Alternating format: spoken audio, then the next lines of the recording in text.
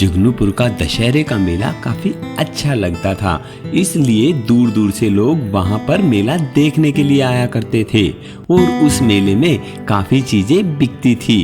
पर इसी तरीके से उस पूरे मेले में सिर्फ मुकेश का ही ढाबा था, इसलिए मुकेश काफी लालची हो गया था।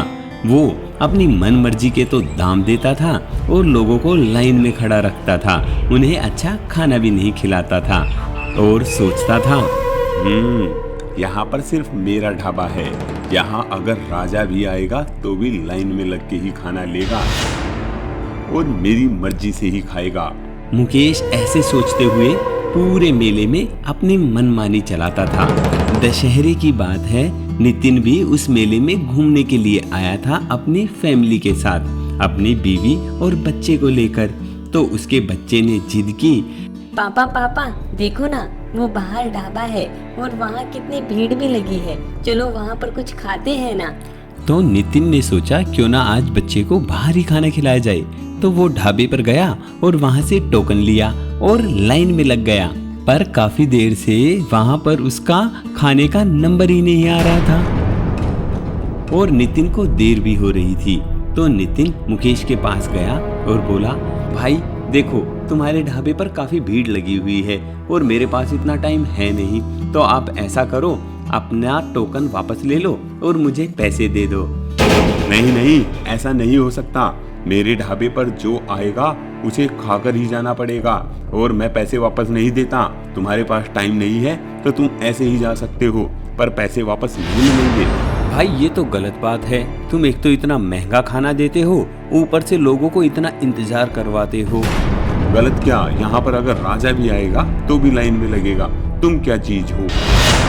तभी वहाँ पर पास में खड़े एक आदमी ने कहा, अरे कैसे बात कर रहे हो मुकेश, तुम जानते हो ये नितिन है, यहाँ के इंजीनियर साहब हैं, जो पास में फ्लैट बन रहे हैं उन्हें यही बना रहे हैं। चाहे ये कोई भी हो, मुझे इस बात से कोई मतलब नहीं है, पर यहाँ पर अगर खाना खाना है तो लाइन में लग के ही खाना पड़ेगा, नहीं तो निकल जाओ यहाँ से।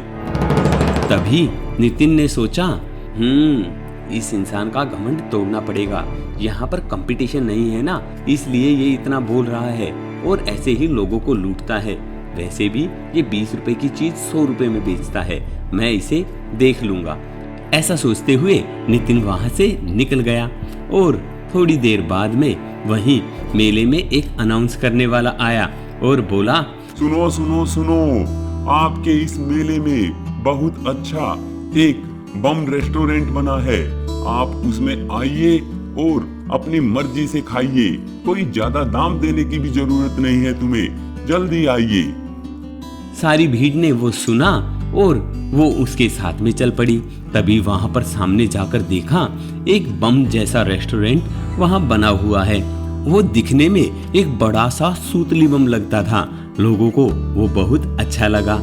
तो वो उसके अंदर घुसे तो वेटर लोगों के पास ऑर्डर लेने के लिए आया और बोला, साहब जी आपको क्या चाहिए, अनार रोटी या फिर फुलझड़ी, राजमा या फिर चक्री पनीर। लोगों ने ऐसे ऐसे नाम सुने तो वो बहुत खुश हुए और काफी इंजॉय भी किया। साथ ही उसका टेस्ट भी अच्छा था और रेट भी कम था और उसका मालिक था नितिन। तो नितिन ने एक बम वाला रेस्टोरेंट बनाया अपने नए तरीके से।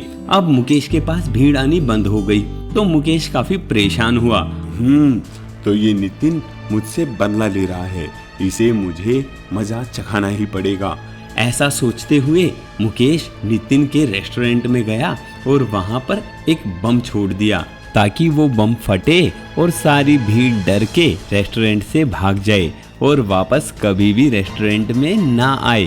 पर ये फटा क्यों नहीं? मुकेश ने देखा कि उसने जो बम छोड़ा है वो फटा नहीं, तो वो उस बम के पास गया और उस बम को उठाकर देखने लगा। वो जैसे ही उसे देख रहा था वो तभी उसके हाथ में फट गया और उसके सारे कपड़े काले हो गए। सब उसे देखकर हंसने लगे और कहने लगे, जैसी करनी वैसी भरनी।